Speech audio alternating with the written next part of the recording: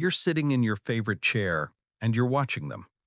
Maybe they're 5 years old, completely lost in a world of building blocks on the living room floor, or maybe they're 12, showing you a new video on a tablet that you don't quite understand.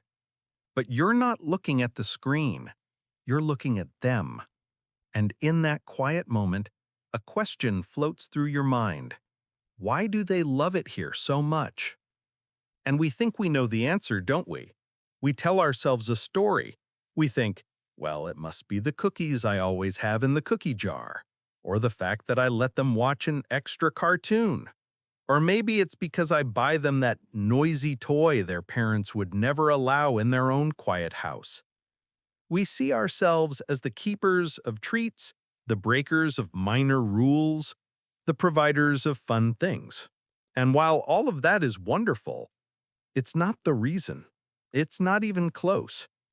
The number one reason your grandchildren love spending time with you is something far more profound, something your money can't buy and your rules can't break. It is a gift so rare in their own world that when they come to your home, it feels like magic. And today we're going to talk about what that magical gift is, because I promise you, it's not what you think. First, let's talk about what it's not. It's not the stuff. The toys, the gifts, the special snacks, those things are wonderful. They are the beautiful welcome mat at the front door of your relationship. They signal that this is a place of fun and abundance. But they are not the home itself. Children are showered with toys and treats in their own lives. They have more things than we ever dreamed of as children. If your relationship was built only on stuff, they would grow bored of it very quickly. The novelty would wear off. The toys are the wrapping paper, but they are not the gift. And it's not the lack of rules. Yes, it's true that grandma's house often has a more relaxed approach to bedtime or sugar intake, and children certainly enjoy that freedom.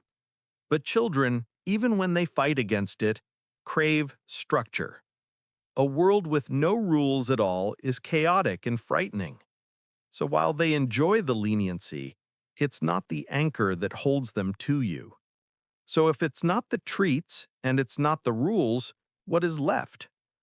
The number one reason your grandchildren love spending time with you is because you give them the rarest, most precious, and most sought-after gift in the modern world, your undivided attention. Let that sink in for a moment.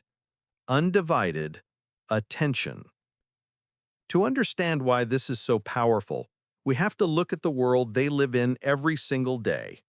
Their parents, who love them more than life itself, are living in a state of constant, fragmented distraction. Think about it. When your grandchild tries to show their mother a drawing, she is probably also stirring a pot on the stove, listening for the ping of the laundry machine, and her phone is buzzing on the counter with an email from her boss. She looks at the drawing and says, "Oh, that's beautiful, sweetie." But her attention is a pie chart, sliced into 5 different pieces. The child only gets a sliver. When your grandchild tries to tell their father a long, rambling story about their day, he is probably also thinking about the bills he has to pay, the lawn that needs mowing, and the news he just heard on the radio. He's listening, but he's listening with only part of his brain. This is not a criticism of parents. It is the reality of modern life. Their world is a storm of multitasking. But then they come to your house, and the storm stops. At your house, the pace of life slows down. The world shrinks to the size of the room you are in together. When they show you their drawing, you're not stirring a pot. You are looking at the drawing. You are seeing the crooked lines of the sun. You ask them, "Tell me about this little blue dog you drew. What's his name?" You are not just seeing the drawing, you are entering the world of the drawing with them. I saw this happen with my own neighbor, Bill. His 7-year-old grandson, Leo, was trying to build a complicated Lego spaceship. His father was in the kitchen on a work call. Leo was getting frustrated. He let out a sigh and said, "It's not working." Bill didn't offer to fix it. He didn't offer advice. He simply pulled up a chair, sat down next to him on the floor, and said, "Show me the problem." For the next 20 minutes, Bill just sat there. He watched. He listened as Leo explained the entire backstory of the spaceship, who the pilot was, where it was going. He became the audience. He became the co-conspirator in Leo's world. Leo wasn't just a boy playing with Legos anymore. He was an aerospace engineer, and he had the full, undivided attention of his most trusted consultant. You could see the change in the boy's entire body. He sat up straighter. His voice became more confident. He wasn't frustrated anymore. He was seen. He was heard. He was important. That is the magic. In your presence, they don't have to compete for attention with a cell phone, a laptop, or a list of chores. In your presence, for that moment in time, they are the most important person in the universe. Your focus makes them feel fascinating. Your listening makes them feel wise. Your presence makes them feel safe and unconditionally loved. It is a sanctuary of focus in a world of distraction. That is the gift. So the next time you're worried about which toy to buy them, or whether you have their favorite kind of juice in the refrigerator, please take a breath and release that pressure. You don't need to buy a single new thing. You already possess the one thing they crave more than anything else.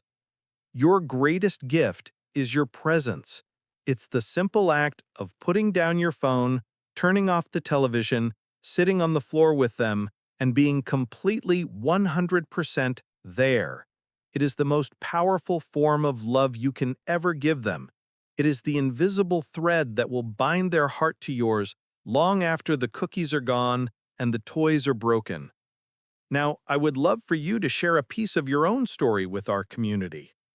In the comments below, tell us about one small moment when you saw this in action, a moment when you saw your grandchild's face light up simply because you were truly there with them, sharing their world.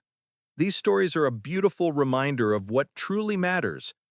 If this message warmed your heart, please consider giving it a thumbs up so we know it connected with you, and subscribe to our channel for more reminders of the wisdom we all share. And if you know another grandparent who might need to hear this today, please share it with them. Thank you for the incredible love you put into the world. It matters more than you know.